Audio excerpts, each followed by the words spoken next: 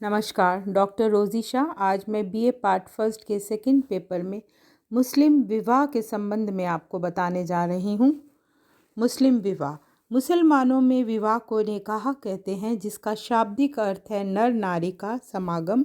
मुस्लिम विवाह एक धार्मिक संस्कार नहीं वरन एक दीवानी समझौता है, जिसका उद्देश्य घर बसाना, संतानोत्पत्ति करना एवं उन्हें वैध घोषित करना है। इसे परिभाषित करते हुए मुल्ला लिखते हैं, निकाह एक विशिष्ट समझौता है जिसका उद्देश्य बच्चे उत्पन्न करना और उनको वैध घोषित करना है।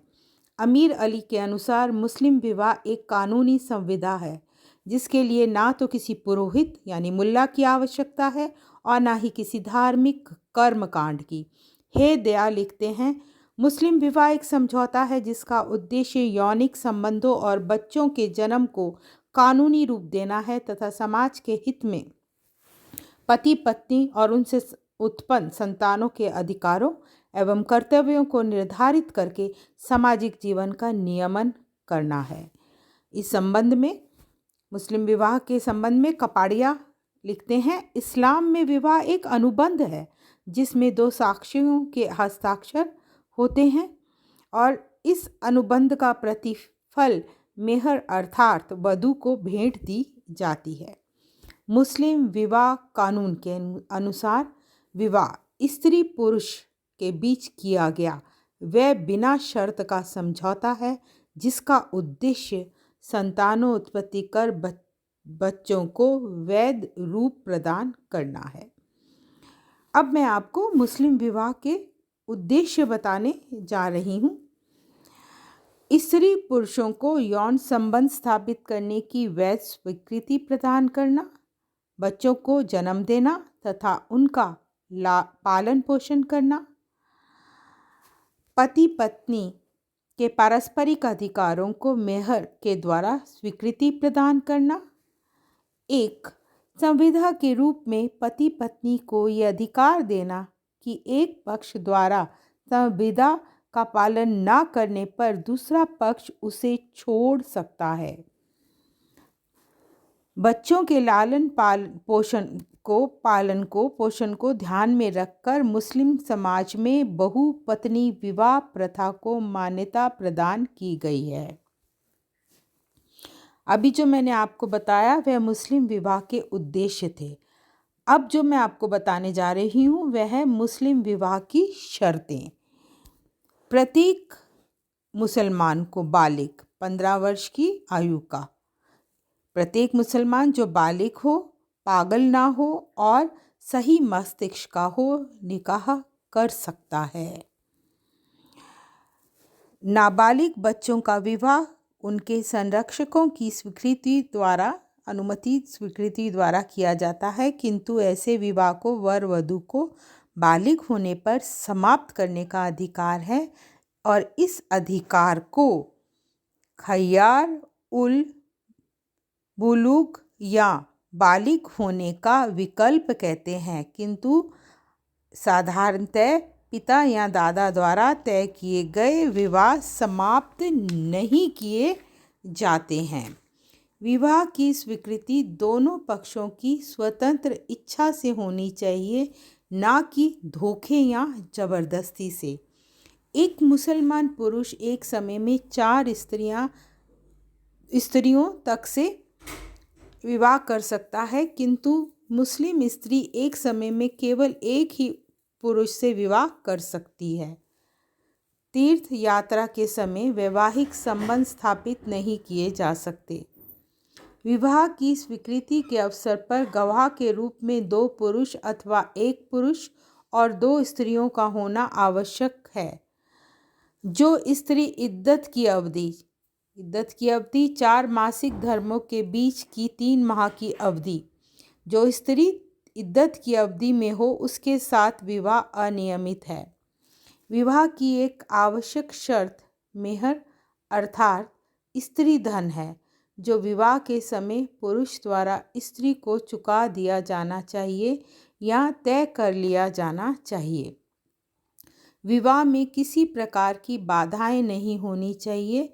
ये बाधाएं 2 प्रकार की हैं। एक, वह जिनसे विवाह शून्य या बातिल हो जाता है अर्थात ऐसे विवाह को माना नहीं जाता, और दूसरी वह बाधाएं जिनमें विवाह अनियमित या फसीद माना जाता है और इन बाधाओं को दूर करने पर विवाह पुनः मान्य हो जाता है।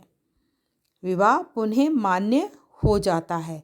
जिन अवस्थाओं में विवाह समाप्त हो जाता है वह अवस्थाएं इस प्रकार हैं। किसी स्त्री के एक समय में एक से अधिक पति से विवाह करने अर्थात बहुपति विवाह होने पर दूसरा विवाह शून्य हो जाता है, किंतु प्रथम विवाह मान्य बना रहता है। निकट संबंधियों जैसे माता, दादी, नानी, सास, पुत्री, सगी बहन, चाची, भाभी, दोहती आदि से विवाह करने पर वह विवाह शून्य हो जाता है, किंतु एक व्यक्ति चचेरी बहन से विवाह कर सकता है। मूर्ति पूजकों से विवाह भी शून्य माना जाता है। पागल या अल्प वयस्क द्वारा बिना संरक्षकों की स्वीकृति के विवाह शून्य माना जाता है। अब मैं आपको वह परिस्थितियां बताऊंगी जिन परिस्थितियों में विवाह अनियमित हो जाता है। पांचवी पत्नी से विवाह। एक समय में एक पुरुष 4 स्त्रियों तक से विवाह कर सकता है, लेकिन यदि कोई 5वीं स्त्री से विवाह करता है तो वह अनियमित है। परंतु किसी एक स्त्री को तलाक देकर वह विवाह नियमित किया जा सकता है। इस संबंध में जॉन गांथर ने लिखा है कि सऊदी अरब के संस्थापक जो इब्न सौद ने 120 स्त्रियों से विवाह किया था। यात्रा पर चलने से पूर्व वह किसी एक स्त्री को तलाक दे देता था। ये मैं वह बता रही हूँ परिस्थितियाँ जिसमें विवाह अनियमित हो जाता है।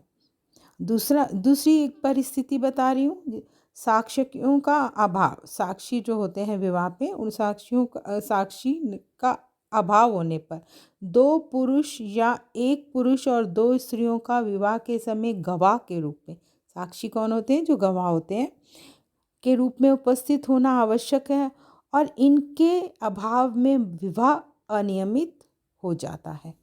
विधर्मियों से विवाह। शिया कानून के अनुसार वर एवं वधू दोनों मुसलमान होने चाहिए। विधर्मी होने पर विवाह अनियमित हो जाता है, किंतु अस्थायी विवाह जिसे मुताह कहते हैं एक किताबिया अर्थात जो धर्म किसी किताब पर आधारित हो, जैसे ईश्वरीय ग्रंथ तौरेत, इंजील को मानने वाले यहूदी एवं ईसाई तथा पारसियों के साथ भी हो सकता है विवाह। विधर्मियों में इनको शामिल नहीं किया, यानी इनके साथ भी विवाह हो सकता है और होने पर उस विवाह को अनियमित नहीं माना जाता है। मुस्लिम विवाह में मेहर या स्त्री धन। विवाह के परिणाम स्वरूप स्त्री को मेहर का अधिकार प्राप्त है, क्योंकि ये एक दीवानी समझौता है और मेहर उसका आवश्यक परिणाम है। मेहर वह धन या संपत्ति है जो पति पत्नी के सम्मान में देता है। इसे कन्या मूल्य नहीं कह सकते, क्योंकि इस संपत्ति पर कन्या के पिता का नहीं बल्कि कन्या का अधिकार होता है। मेहर के कारण ही पुरुष को स्त्री से सहवास करने का अधिकार प्राप्त होता है। मेहर की रकम विवाह के समय, विवाह से पूर्व या बाद में भी तय की जा सकती है। ये एक ऐसा अधिकार है जिसने पुरुषों की स्वेच्छाचारिता तथा तलाक देने के अधिकार पर नियंत्रण रखता है। ये जो मेहर देने की है उससे पुरुषों की तलाक देने के अधिकार पर नियंत्रण रहता है। दहेज एवं मेहर में मगर अंतर है। हिंदुओं में दहेज स्त्री पक्ष द्वारा पति पक्ष को दिया जाता है, जबकि मुसलमानों में मेहर पुरुष पक्ष द्वारा पत्नी को दिया जाता है। दहेज देना आवश्यक नहीं है, जबकि मेहर विवाह की एक आवश्यक शर्त है। दहेज पर पति एवं उसके परिवार वालों का अधिकार होता है, जबकि मेहर शुद्ध रूप से स्त्री धन है। यहाँ पर टाइपिंग मिस्टेक है दो एक जगह पर मेहर के स्पेलिंग्स में, तो उसका ध्यान रखिएगा। जबकि मेहर शुद्ध रूप से स्त्री धन है और ये मेहर 4 प्रकार का होता है। अब ये चारों प्रकार मेहर के मैं आपको बताने जा रही हूँ। सबसे पहले निश्चित मेहर। ये वह मेहर है जो विवाह के समय या विवाह के पूर्व पति द्वारा पत्नी को दिया जाता है। ये रकम 5 रुपये से लेकर हज़ारों रुपए तक हो सकती है। निश्चित मेहर। अब मैं आपको बताऊंगी उचित मेहर क्या है। यदि विवाह के समय मेहर तय नहीं हुआ तो अदालत बाद में भी लड़के के पिता की आर्थिक स्थिति को देखकर मेहर तय कर सकती है। उस समय अदालत ये भी ध्यान रखती है कि पत्नी की अन्य बहनों को क्या मेहर मिला है। ये स्थिति तलाक के समय या पत्नी द्वारा मेहर की मांग की जाने पर उत्पन्न होती है। उचित मेहर की स्थिति कब उत्पन्न होती है? जब पत्नी मेहर की मांग करे या तलाक के समय। अब मैं तीसरा प्रकार इसका बताने जा रही हूँ, वह है सत्वर मेहर। ये मेहर वह है जो विवाह से पूर्व या सहवास से पूर्व पति को चुकाना पड़ता है। स्थगित मेहर चौथा प्रकार है इसका। ये मेहर विवाह के समय तय तो हो जाता है, किंतु तलाक होने अथवा किसी पक्ष के यानी पति पत्नी में किसी पक्ष के मरने के अवसर पर इसे दिया जाता है। दोनों पक्ष मिलकर ये भी तय कर सकते हैं कि कितना मेहर सत्वर और कितना स्थगित रखना है। वर्तमान में मुसलमानों में दहेज की भांति ही मेहर की राशि बढ़ती जा रही है। मेहर का एक लाभप्रद पक्ष भी है और वह ये है कि इससे पुरुष पर एक से अधिक पत्नियां रखने एवं तलाक देने पर कुछ नियंत्रण हो जाता है, क्योंकि कई पुरुष एक से अधिक पत्नियां प्राप्त करने के लिए मेहर जुटाने की आर्थिक स्थिति में नहीं होते हैं। इससे परिवार में स्त्री का सम्मान और उसकी स्थिति सुदृढ़ परिवार में बनी रहती है। मुस्लिम विवाह के भेद। मुस्लिम विवाह के भेद में मैं आपको मुसलमानों में 3 प्रकार के विवाह पाए जाते हैं, उन्हें बताने जा रही हूँ। पहला, सही या वैध विवाह। ये वह विवाह है जिसमें विवाह की सभी शर्तों का पालन किया जाता है, जो स्थायी प्रकृति का होता है और जो मुस्लिम रीति रिवाजों के अनुसार संपन्न होता है। इसे निकाह कहते हैं। दूसरा है मुताह विवाह।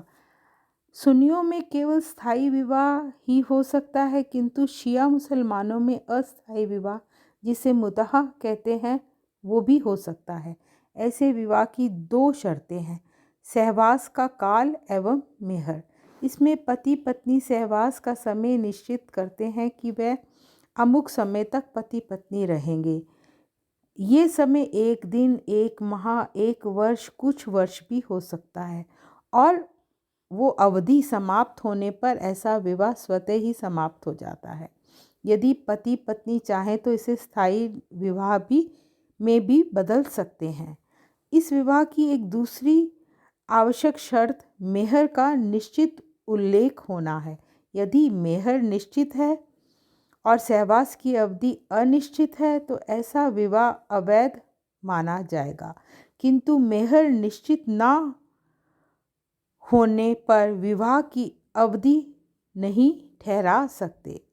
ऐसे विवाह से उत्पन्न बच्चे वैध माने जाते हैं और उन्हें माता पिता की संपत्ति पर अधिकार होता है, किंतु पत्नी को पति की संपत्ति में अधिकार प्राप्त नहीं होता है और ना ही उसे पति से भरण पोषण का अधिकार मिलता है। इस प्रकार के विवाह का प्रचलन भारत में नहीं है। अनियमित विवाह, ये तीसरा प्रकार है। इस प्रकार के विवाह में कुछ बाधाएं होती हैं जिन्हें दूर करने पर विवाह पुनः नियमित हो जाता है।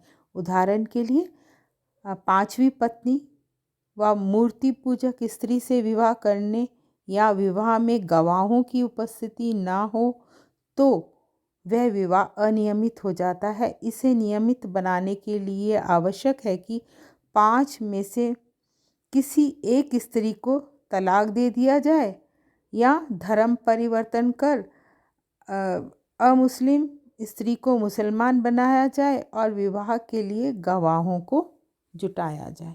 Thank you.